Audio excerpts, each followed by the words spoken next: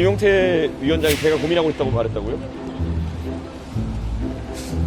너 혼나야겠네요, 진짜. 이거 진짜. 김용태 위원장이 저한테 형님 내심으로는 단일화 고민하고 계신 거 아니에요? 라고 제가 그냥 워딩 그대로 옮겨드릴게요. 제가 그래서 아닌데 이랬습니다. 진짜 따옴표 그대로 쓰셔도 됩니다.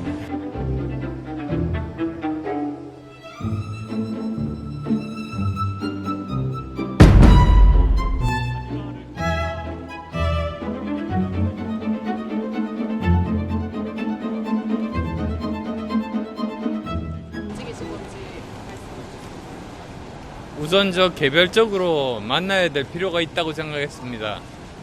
그리고 또 이번 선거가 우리나라 미래를 좌우하는 정말로 중요한 선거이기 때문에 이번에 반드시 이겨야 된다. 이기게 하려면 어떻게 하면 될 것인가, 거기에 대해서 저 나름대로 이야기도 하고, 그리고 또 거기에 덧붙여가지고 제가 지금까지 겪어왔던 여러 가지 개인적인 경험담, 정말 객관적으로 도움이 될 만한 경험담을 이야기하러 이렇게 만나게 됐습니다. 제가 단일화를 해야 된다고 직접적으로 말하지는 않았습니다. 그렇지만 이제 그 여러 가지 가능성들에 대해서 나름대로 객관적으로 이런 경우에는 어떻게 하면 좋겠다, 저런 경우에는 또 어떻게 하면 좋겠다, 이런 일종의 조언 겸 부탁의 이야기를 했습니다. 저는 모든 최종 결정은 이준석 후보에게 다 맡겼습니다. 대신에 제가 이제 이야기한 것은 아까도 말씀드렸듯이 이런 여러 가지 제 개인적인 바깥으로 알려지지 않은 그런 경험담이라든지, 그리고 또 만약에 단일화 내지는 후보 단일화에 대한 생각이 있을 때는 어떻게 하면 좋겠다는 정도의 그런 일종의 조언들을 주로 했습니다. 아마 최종 판단은 이준석 후보가 하겠죠. 어느 정도 구체적으로 이야기는 했는데 아마 그 이야기는 이준석 후보한테 들어보시면 될 것 같습니다. 어쨌든 만약에 당으로 오시면 제가 나이로는 선배이지만 제가 잘 모시겠다, 그 정도 이야기는 했습니다. 저는 단일화 효과가 분명하게 있을 거라고 봅니다. 왜 그러냐면 지금은 많은 분들이 투표에 나가지 않겠다는 보수 유권자들이 굉장히 많이 계십니다. 그런데 만약에 그 단일화를 통해 가지고 그 격차가 예를 들면 5% 전후로 좁혀진다. 그러면 지금까지 후보에 투표에 참여하지 않겠다는 그런 분들까지도 그러면 한번 투표에 참여해 보겠다는 그런 일종의 용기나 희망을 가지게 됩니다. 그렇게 되면 결과는 또 바뀔 수 있다. 저는 그렇게 생각하고, 지금 사실은 기자님께서 말씀하신 부분은 제가 처음 들었습니다. 근데 그 영화가 그렇게 많은 사람들이 관람하는 영화는 아니고, 앞으로도 계속 윤 전 대통령의 그런 영향력은 점점 축소되지 않을까, 그렇게 생각합니다. 오히려 이제야말로 본격적으로 남은 2주 동안은 바로 이재명과 그리고 김문수 간의 그런 대결이 될 거다, 저는 그렇게 생각합니다. 근데 그거야 안철수 의원님이 격식을 갖추기 위해서 해주신 말씀이지만은 저도 사실 누차 얘기한 것처럼 대선 경로에서도 그렇고 안철수 의원님과 정치개혁이라든지 아니면은 과학기술진흥에 있어가지고는 언제든지 힘을 합쳐서 같이 일해볼 생각이 있지만, 지금은 서로가 속한 당이 다르고 지금은 그렇게 할 수 없는 상황이기 때문에 안철수 의원님께서 그런 제안을 하시는 것은 감사하게 들으면서도 실질적인 그런 움직임이 있을 수 없는 상황이다, 이렇게 말씀드립니다. 사실 저희는 이 단일화 논의가 반복되는 것 때문에 사실 표심의 집결에 상당한 장애를 지금 입고 있습니다. 그렇기 때문에 상징적인 의미로 손해배상을 청구할 수는 있겠지만은 그게 선거에 의미 있는 행동 아닐 거고, 저희가 이게 자꾸 이제 정치 과정에 대해 가지고 대중들이 약간 잘 모르시는 부분이 이게 뭐 돈이 자꾸 나간다 이런 얘기를 하시는 분도 있고 한데 선거를 치르다 보면은 선거에 들어가는 비용은 보통 선거운동 기간이 시작되기 전에 다 지불을 마칩니다. 그렇기 때문에 뭐 금전적인 문제 때문에 단일화를 할 것이라느니 아니면은 뭐 이준석이가 뭐 한 자리 받고 할 거라느니 이런 가설이나 동기 자체가 저희는 다 그냥 부정하겠습니다. 왜냐면 그게 실제가 아니고 한편으로는 이준석을 포섭하기 위한 뭐 여러 가지 행동들이 제가 탈당해서 창당하기 전에도 있었지만 제가 거기에 응하지 않고 창당한 것은 잘 알고 계실 겁니다. 그래서 제 입장에서는 그런 거에 제가 정치하면서 한 번도 이끌리지 않았다라는 게 하나의 그 포인트일 겁니다. 김용태 위원장이 제가 고민하고 있다고 말했다고요? 더 혼나야겠네요, 진짜 이거 진짜. 제가 어제 반농담조로 김용태 위원장이랑 저랑 워낙 친하다 보니까 자꾸 그럼 혼내준다 이런 얘기를 농담 삼아 했는데 오늘 김용태 위원장을 만나가지고 또 우리 만나면 늘상 하는 통상적인 대화를 했고 김용태 위원장이 저한테 형님 내심으로는 단일화 고민하고 계신 거 아니에요? 라고 제가 그냥 워딩 그대로 옮겨드릴게요. 그래서 아닌데 이랬습니다. 예. 이게 진짜 따옴표 그대로 쓰셔도 돼요. 윤석열 대통령은 원래 평생을 수사검사로 살아오신 분입니다. 아마 수사하시는 분들이 이 수사 대상에게 항상 고지하는 것이 묵비권을 행사할 수도 있고 아니면은 또 편하게 하신 말씀할 수도 있고 그런데 하시는 말씀은 항상 본인에게 불리하게 작동할 수 있다. 이런 고지를 할 텐데요. 저도 윤석열 대통령께 말씀드리고 싶은 게 있다면은 가만히 계시는 게 제일 좋을 것 같다. 지금 선거 과정 중에서 본인이 하는 모든 행동은 본인에게 불리하게 작용할 것이다. 이런 말씀을 드리겠습니다. 예.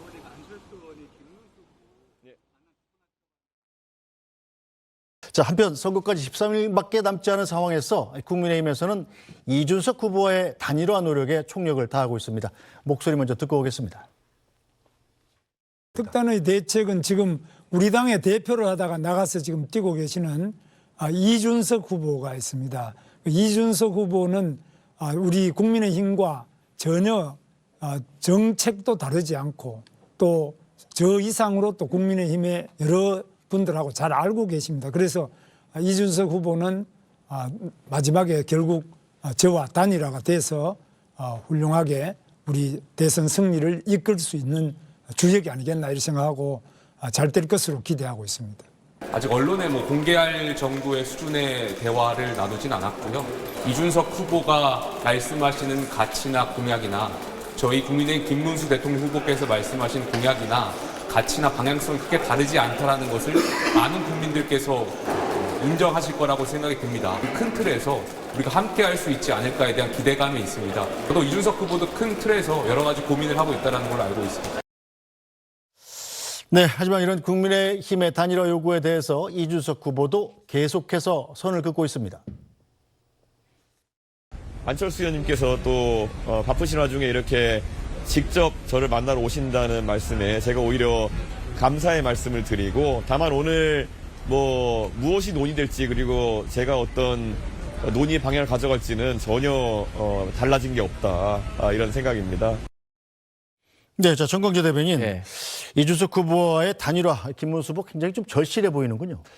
이번 선거 구도가 굉장히 어렵습니다. 그러니까 12월 3일에 있었던 계엄과 윤석열 전 대통령에 대한 파면으로 인해서 발생한 보궐선거이기 때문에 민주당 이재명 후보와 우리 후보가 1대1로 붙어도 어려운 상황인데 지금 중도 보수 후보가 이준석 후보와 분할이 된다면 이번 선거에서 이기기 어렵다는 건 너무나 자명한 사실이죠. 그런데 지난 대선 토론 과정에서 앵커를 보셨지만 네. 보신 것처럼 이준석 후보와 그 김문수 후보가 갖고 있는 정책적 궤는 완벽히 같다고 해도 모자람이 없거든요. 단일화에 대한 그 의지는 김문수 후보가 이번 선거를 반드시 이겨야 한다는 절박감이 있기 때문에 반드시 해야 된다라는 당위적인 목표를 갖고 있고요. 이준석 후보와는 또 김문수 후보 같은 경우에는 개인적인 앙금 같은 게 또 없는 상황이거든요. 그래서 마지막까지 그게 비록 지난한 협상의 과정이고 성사가 되지 않을 수도 있겠지만 열심히 노력해야겠죠. 단일화 없이 이번 선거 승리할 수 없다는 인식이 그만큼 강하기 때문에 반드시 이루려는 노력을 해야 할 겁니다. 네, 자 민주당으로서는 어떻게 보고 있습니까? 이준석 후보가 저렇게 단일화 없다 이렇게 계속 얘기를 하지만 이 국민의힘 쪽에서는 그 가능성 굉장히 좀 무게를 두는 것 같은 느낌인데요. 제가 이준석 후보라도 단일화 안 합니다. 사실 이준석 후보를 오랫동안 우리가 정치권에서 지켜봤는데 정치적 계산은 굉장히 빠른 사람으로 인지하고 있지 않습니까? 단순히 계산만 해봐도 이준석 후보는 아직까지 정치 인생이 한 30년 가까이 남았습니다. 실제로 김문수 후보의 연세까지 정치를 한다고 해도 그 정도 남았는데 이준석 후보가 이번 대선에서 보여줄 모습들을 결국에는 평가하고 본인이 계산을 다 하고 있을 겁니다. 그런 차원에서 단순히 선거의 유불리만 놓고 결정할 수 있는 사안은 아니고 본인의 정치적 비전과 그런 목적을 달성해야 한다는 그런 계산들이 들어가 있을 거기 때문에 저는 단일화 가능성은 굉장히 좀 낮다고 보고 있습니다. 실제로 민주당에서 국민의힘과 개혁신당의 단일화를 논의할 정도까지도 안 되지만 실질적으로 단일화를 이루기에는 굉장한 어려움이 있고 그것이 결국 이준석 후보의 계산 안에도 모두 녹아져 들어가 있다. 저는 그렇게 평가합니다. 자, 그런데 김문수 후보를 하나만 더 평가하면 처음부터 끝까지 단일화 이야기만 하다 끝날 것 같아요. 그래서 본인의 비전을 오히려 말씀하시는 것이 더 선거에 도움이 되지 않겠느냐라는 조언까지 드리고 싶습니다. 네, 자 그런데 정광재 대변인 오늘 이준석 후보 쪽에서 이런 얘기가 나왔어요. 이동훈 개혁신당 공보단장이 SNS에 올린 건데 요즘 국민의힘 인사들이 자꾸 전화를 걸어와서 이 대부분 친윤계 인사들인데 이준석 후보한테 당권을 줄 테니까 김문수 후보로 단일화하자 이런 제안을 한다는 거예요. 자, 그러니까 대통령 후보는 김문수로 가자는 건데 이 의도를 이동훈 수석 대변인이 풀어본 것은 한동훈 후보가 지금 대선 이후에 국민의힘 당권을 줄까 봐 노심초사하는 거고 차라리 이준석이 당권을 가져가는 게 낫다고 보는 것이다 이렇게 썼습니다. 여러 그렇습니까? 가지 분석이 나오고 있는데요. 복잡하네요. 그 포스팅 전엔 또 이렇게 했었어요. 한동훈 측근으로부터도 전화가 오는데 대선 단일화할 생각하지 말고 끝까지 뛰어라 이런 얘기를 받는다는 거예요. 저는 그 한동훈 측근이라는 사람이 어떤 분인지 물론 기자 출신이기 때문에 취재원 보호 차원에서 얘기하기는 어렵겠지만 당당하게 이야기할 필요가 있다고 생각합니다. 한동훈 후보 전 대표가 갖고 있었던 뜻은 전혀 아닐 것이라고 저는 생각하고요. 또 하나는 당권과 관련해서 지금 이렇게 우리가 대선을 치르기도 바쁜데 자꾸만 당권과 관련해서 외부에서 평가를 한단 말이에요. 이거 전 우리 당이 굉장히 반성해야 할 부분이라고 생각합니다. 이번 대선을 이길 생각을 해야지 당권 이후에 어떻게 누가 가져갈 거 이거에만 천착하다 보면 결국 우리끼리 분열해서 이번 대선을 제대로 치러보지도 못하는 결과를 맞게 될 겁니다. 이런 부분에 대해서는 굉장히 반성할 부분이 있다고 생각합니다. 네, 자 오늘은 이 안철수 국민의힘 공동선대위원장이 이준석 후보 일정에 맞춰서 직접 찾아가 이준석 후보를 만났습니다. 안철수 의원은 지난 대선 당시에 윤석열 전 대통령, 당시 윤석열 후보죠. 윤석열 후보와의 단일화안에 대해서 거침없이 비판을 했다가 극적으로 단일화를 이루기도 했었습니다. 이 당시의 발언 직접 듣고 오겠습니다. 1년만 지나고 나면 내가 그 사람 뽑은 손가락 자르고 싶다고 또 그럴 겁니다. 지금까지 자른 손가락이 10개도 넘어서 더 자를 손가락이 없습니다. 맞습니다.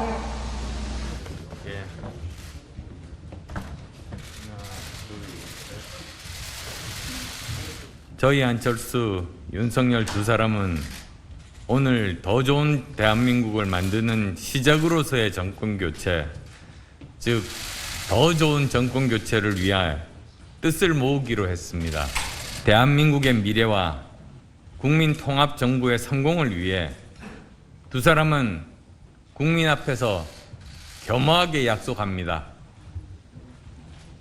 저 안철수는 윤석열 후보를 지지하기로 했습니다.